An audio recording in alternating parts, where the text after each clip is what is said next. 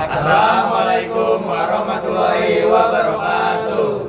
Kami dari kelompok 8, kelas 643C05. Pada kesempatan kali ini, kami akan membahas makalah dengan judul Analisis Job Description sebagai Warehouse Assistant di PT Muramoto Elektronika Indonesia. Nah, video ini dibuat untuk memenuhi tugas mata kuliah Manajemen Sumber Daya Manusia yang dibimbing oleh Ibu Tesya Sahlani Pratiwi SEMM dengan tujuan untuk memahami secara mendalam bagaimana analisis deskripsi pekerjaan berperan penting dalam mendukung efektivitas dan efisiensi kinerja karyawan di bagian gudang.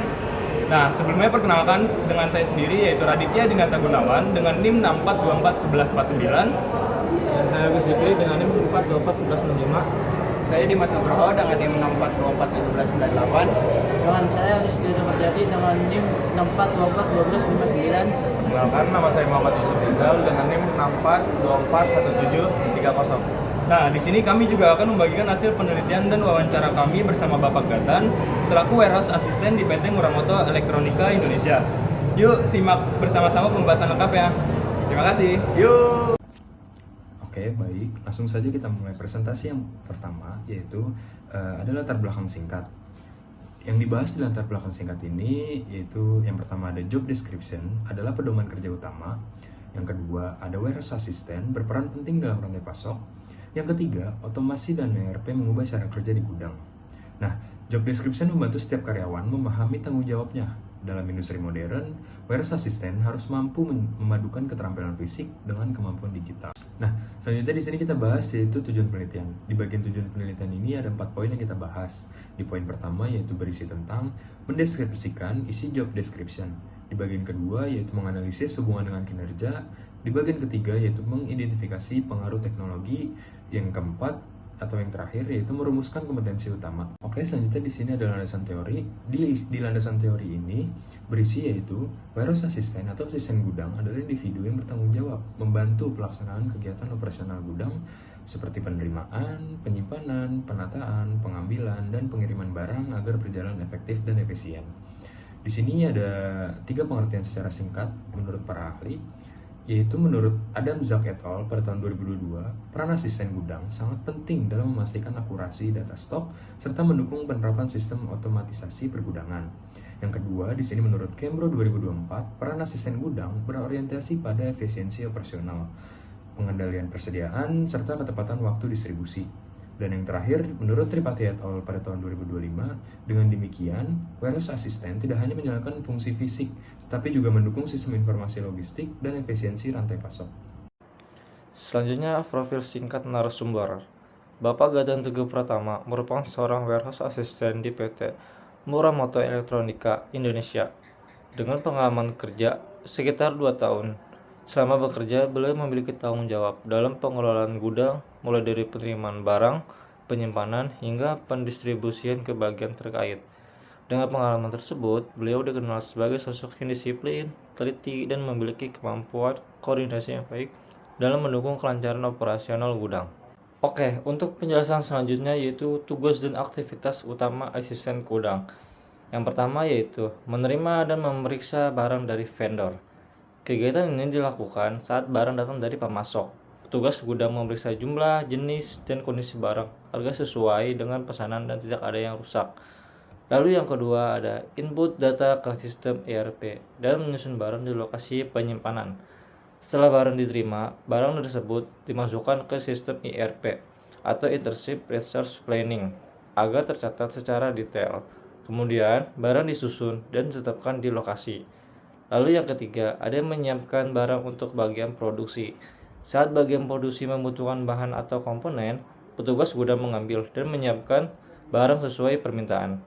Lalu yang keempat, ada melakukan stock out name dan audit gudang. Stock out name adalah kegiatan menghitung dan mencocokkan jumlah barang yang ada di gudang dengan data yang tercatat di sistem. Audit gudang dilakukan untuk memastikan semua barang tercatat dengan benar dan tidak ada yang selisih, kehilangan, ataupun kesalahan data. Kompetensi yang dibutuhkan: hard skill, pengoperasian ERP dan scanner barcode, pemahaman sistem FIFO dan FEFO, penggunaan alat material handling atau forklift dan hand pallet. Soft skill: disiplin dan teliti, komunikasi dan kerja sama tim, kesadaran keselamatan kerja atau safety awareness. Selanjutnya, tantangan dan solusi. Tantangan: ketidaksesuaian stok, solusinya double check data. Perubahan jadwal produksi, solusinya koordinasi. Risiko keselamatan, solusinya yaitu patuh SOP dan APD. Selanjutnya di sini ada spesifikasi jabatan. 1. Pendidikan minimal SMA atau SMK. D3. Logistik diutamakan. 2. Pengalaman 1-2 tahun di bidang gudang.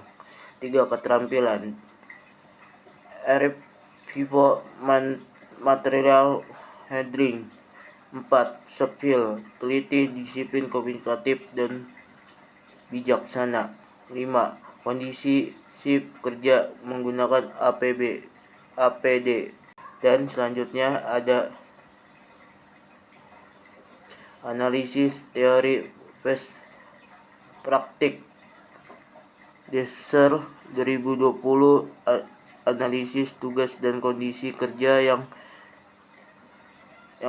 menyatakan bahwa analisis jabatan harus mencakup informasi mengenai apa yang dilakukan pekerja, bagaimana pekerjaan dilakukan, dan dalam kondisi seperti apa pekerjaan dilaksanakan.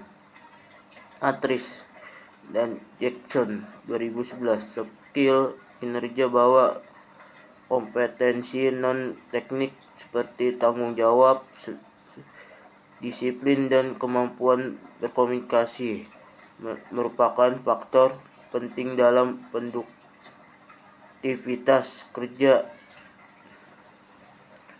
Rival 2018 KIP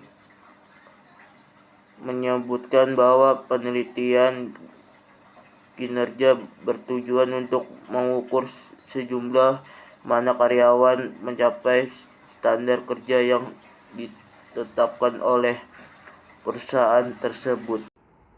Jadi kesimpulannya itu, yang pertama, posisi warehouse assistant itu memiliki peranan vital dalam menjaga efektivitas rantai pasok internal di dalam perusahaan.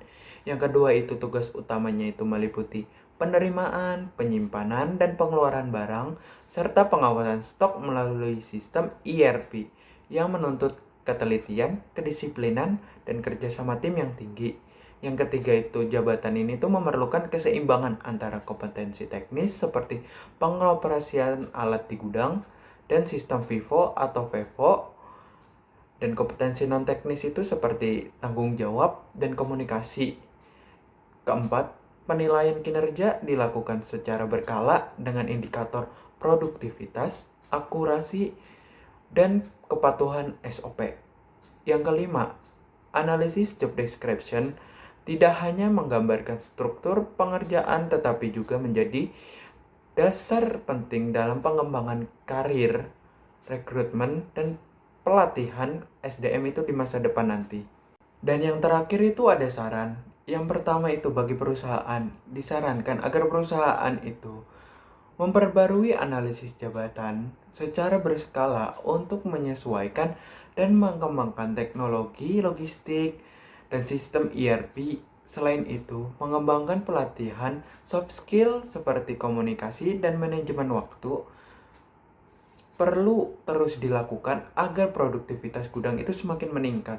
Yang kedua itu bagi karyawan itu diharapkan agar terus mengembangkan kemampuan teknis melalui pelatihan alat logistik modern dan sistem ERP, serta meningkatkan kemampuan beradaptasi terhadap perubahan prosedur kerja. Dan yang terakhir, bagi mahasiswa, hasil penelitian ini itu dapat menjadi acuan bagi penelitian selanjutnya mengenai analisis jabatan di bidang logistik atau gudang. Oke teman-teman, terima kasih sudah menyaksikan video dari kami. Kurang lebihnya mohon dimaafkan. Billahi taufiq wal hidayah. Wassalamualaikum warahmatullahi wabarakatuh.